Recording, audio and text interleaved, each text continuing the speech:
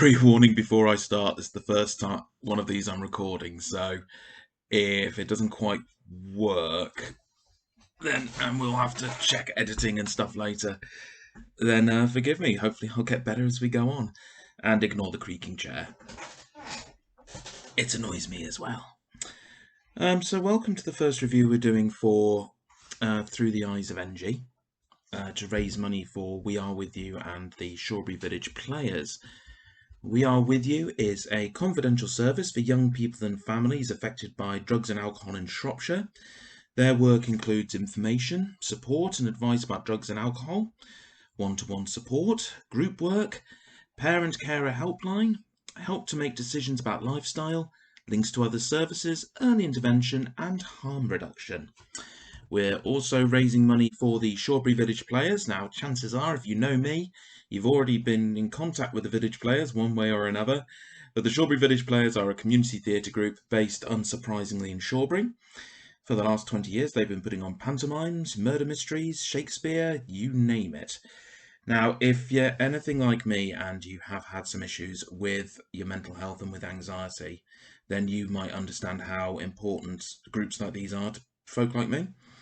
And having been away from them during the pandemic, you might find, like me, you appreciate them more than ever.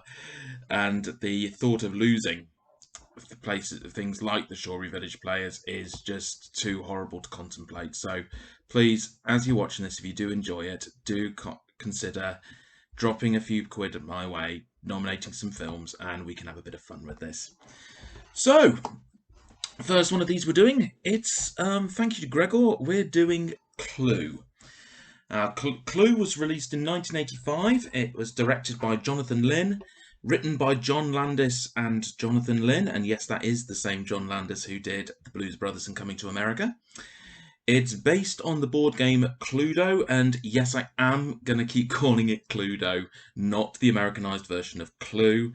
It was made in the UK, it was in 1949, it was released in the UK first, therefore it's Cluedo. The game was designed by Anthony E. Pratt. The film stars Tim Curry as Wadsworth, Eileen Brennan as Mrs. Peacock, Madeline Kahn as Mrs. White, Christopher Lloyd as Professor Plum, Michael McKean as Mr. Green, Martin Mull as Colonel Mustard, and Leslie Ann Warren replacing the original choice of Carrie Fisher as Miss Scarlet. Now, the film's based in 1954 in New England, Stephen King country, and a number of people are drawn to a mysterious house by mysterious letters giving them alternate names because they're all being blackmailed. As they're brought face to face with their blackmailer, people start dying with the same objects from the game.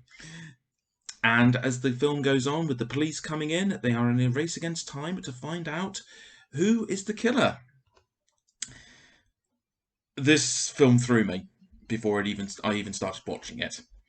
As you boot up the DVD, film comes up, you know, your usual scene selection, play movie, all the usual. When you click play movie, it gives you two options. Whether you want to watch a random ending or all of the endings one by one. I saw this, and this threw me a little bit, so I was straight on the phone to Gregor asking what on earth's going on. And it turns out the film, when it was released in '85, was released with 3 different endings.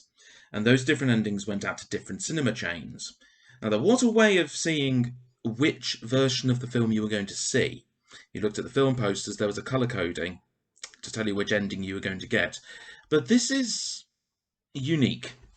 I've certainly never heard of any other film that's done this, throwing out different endings to different cinema chains.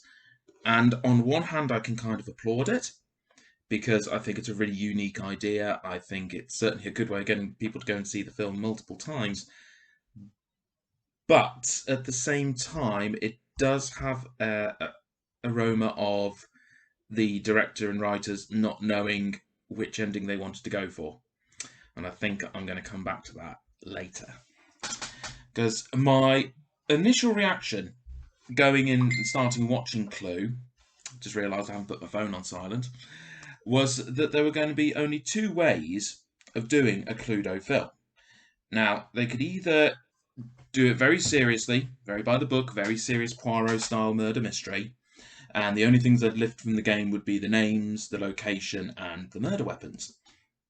And the other way would be to go down a much more light-hearted route, and that way you can either go with a very serious script, but actors camping it up to the nines, or a really light-hearted script with the actors playing it really down to earth. And I think the problem I got with Clue was that it's almost like the writers and directors tried to do all of that, and they tried to mesh it together into one. So some actors seem to be in on the joke. Christopher Lloyd chews up the scenery something fierce for the majority of it, and Tim Curry is Tim Curry. And then there are some actors like Michael McKean, who plays it really straight and doesn't go for any of the campy slapstick humour. And then Martin Mull as Colonel Mustard kind of balances the line of playing it really seriously, but at the same time he's being hit over the head with an ironing board. So it's a bit of a... I think the gold standard as I do these reviews for films that have tonal problems will always be Disney's The Hunchback of Notre Dame, which goes from a gargoyle chewing up stone and pretending to be a biplane to the head priest singing Hellfire about his internal temptation. So I think that's the gold standard. But Clue's definitely up there with confused tone, because it strikes a really wobbly line between camp and screwball comedy and slapstick, and sometimes it fits, but sometimes it feels like someone got really bored writing around about the halfway mark and started just throwing bunches of ideas at the wall to see what sticks. Now, there is definitely a sense that this is supposed to be a much longer film, and having looked through some of the background and the trivia of the film, it turns out that there was originally an ending that was filmed that covered an ending for every single character having committed the murder. That's not a spoiler, by the way. I'm not spoiling any of the three endings. But the film was... It feels like it was cut down for a much shorter runtime. And whilst it still, in a way, works as a classic murder mystery, it can't decide whether it wants to be a slapstick comedy for a younger audience. Again, man being hit on the head when he opens a cupboard with a ironing board. But it's also mixed in with a much darker tone in places, with some really dark secrets for the characters built in. I mean, I know I mentioned in the very brief and badly done summary of the storyline that all of the characters are being blackmailed.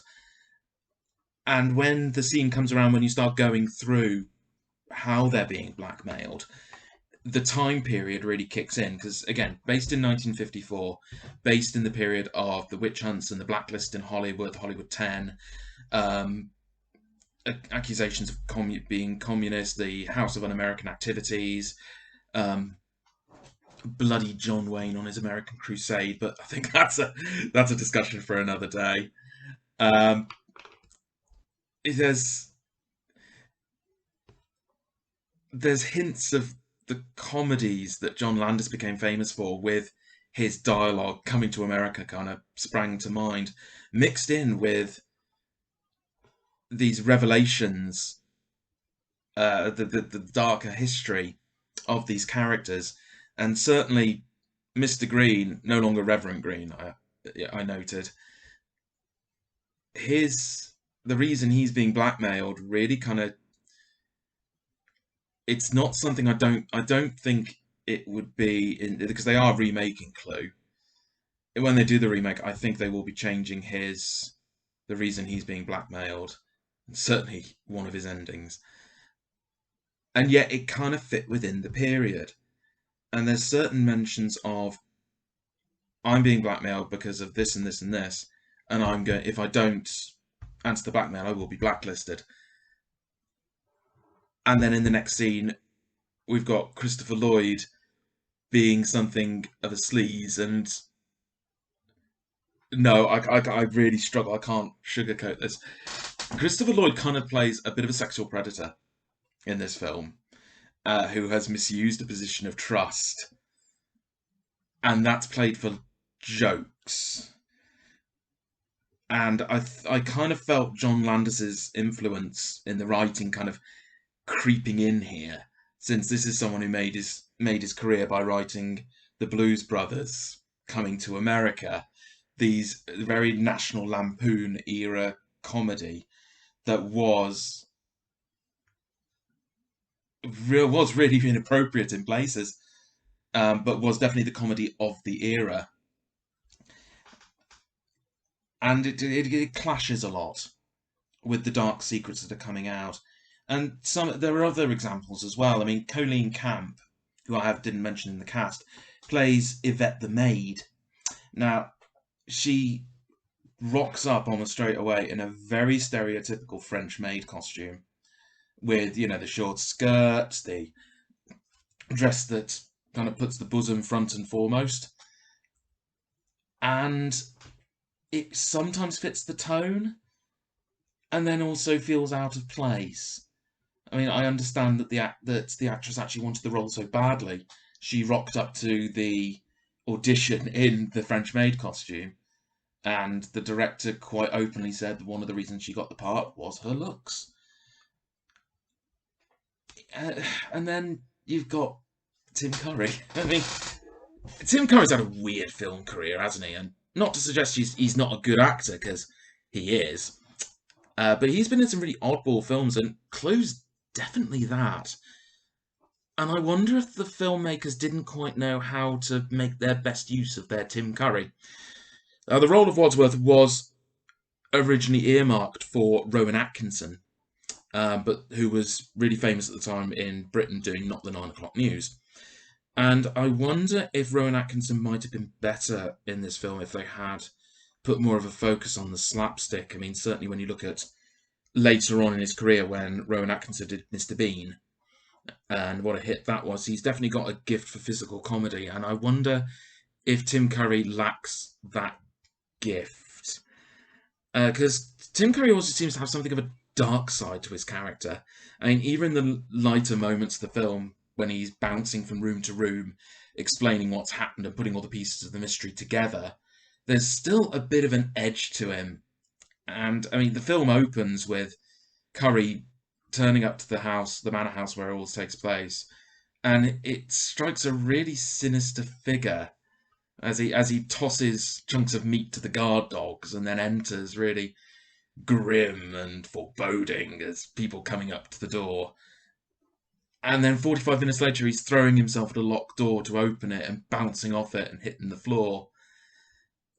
So Tim Curry is great, but it doesn't fit. Like, it's like a really weird jigsaw puzzle where not all the pieces are fitting together, and they're just being violently forced into place. But if you're wondering about nods to the original game, they're in there, but it's in some ways it's very subtle. Secret passages are a big part of the board game, and they're in the film as well. And I did dig the board out afterwards to double check, and the secret passages in the film link the rooms exactly the same as they're in the board game.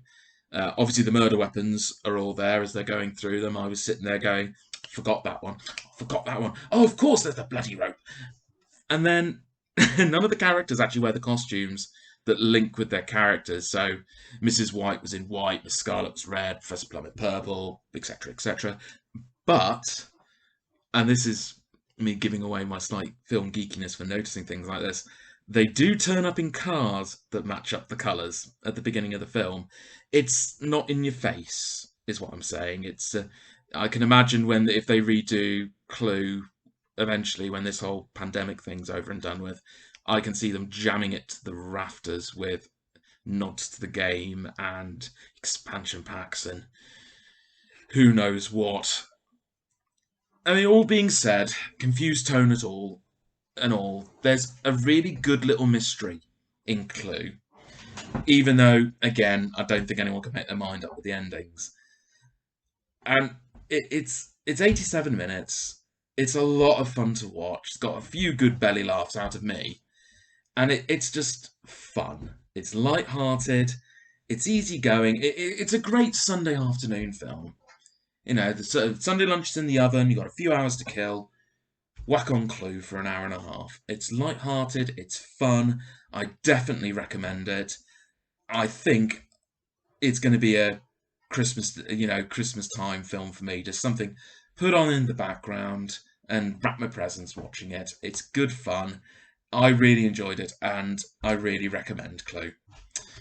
Next time, let's have a look at this. Is the jar of films. Every film that's been nominated is in here. At the end of each of these reviews, we're going to find out what I'm doing next. So the next review we're doing will be... Let's have a look. Oh, brilliant. Right, the next film we're doing is from Neil, and it's Attack of the 50-Foot Woman. So I've now got to track this film down, give it a watch, and somehow review it. So, cheers, Neil. Thank you for watching. Thank you again for everyone who's donated. If you haven't donated, please do. I hope you've really enjoyed this, and hopefully it'll come across okay, and I won't have to edit it too much. And yeah, I'll be back in a few days.